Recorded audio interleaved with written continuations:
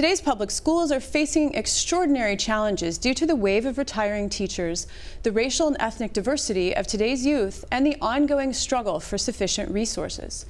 Joining me in the studio is Department of Education Commissioner Brenda Cassellius. Welcome, Commissioner. Thank you, Shannon. How will the wave of baby boomer retirements affect the teaching profession?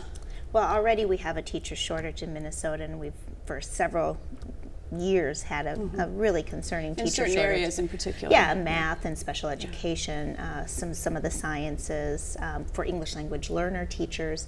So really in a lot of our special populations where we have larger achievement gaps. So we think that if we're not able to get really great teachers, that we really could have a problem with meeting the needs and delivering an excellent education for all the children in Minnesota, especially as we become more diverse.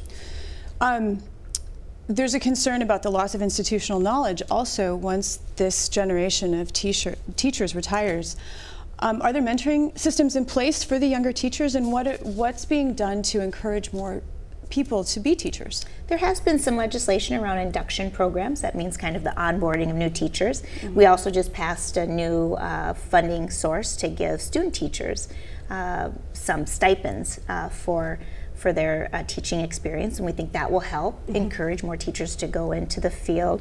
Some tuition reimbursement for out-of-field folks to come in and become teachers, and then some grow your own programs in districts. So this past session we really tried to make a start on an effort with the state response to increasing the number of teachers in the state. Diversity has been increasing since the 90s and will continue to increase. And we in Minnesota have one of the largest achievement gaps in the country.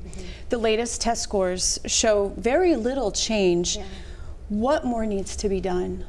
Well, you know, first I'd like to say that you can't measure everything in a test score.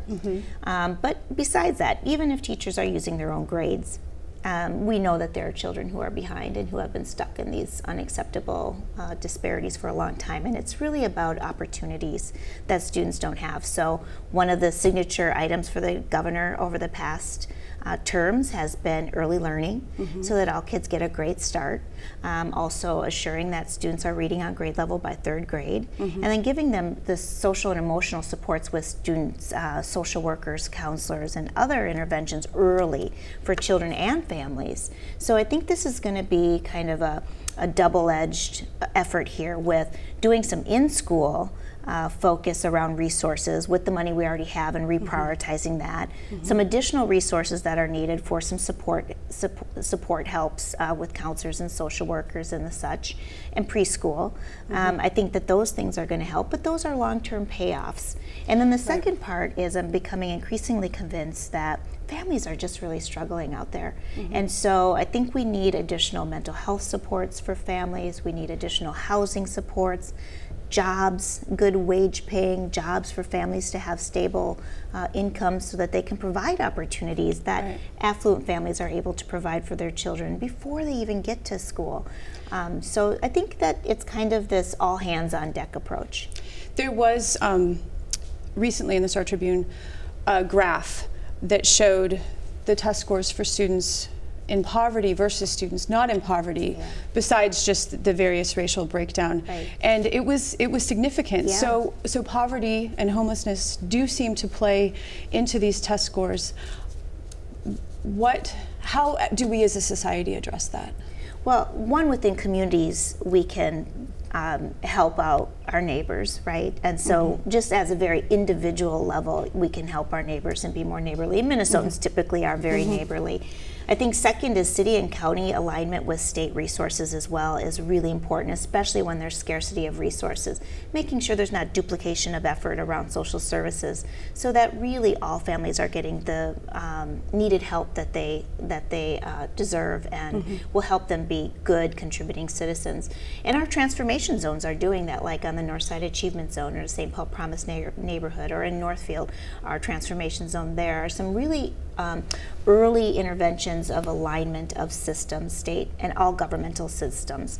So we're hoping that that will kind of take hold and start producing some results. But again, we're really working on the pipeline here. If we look at seniors from last year, most of their entire career in high school and in elementary school has been during cuts. I mean, we borrowed $2.8 billion from schools.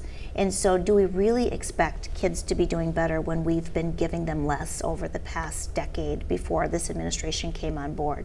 Now, the governor said every year he's governor, he'll put more money in education, no exceptions, no excuses. And he has done that through instituting all-day K, paying back the school shift, investing more money on the per pupil, $1.2 billion, investing in third grade literacy initiatives, you know. So there's a lot that we've done.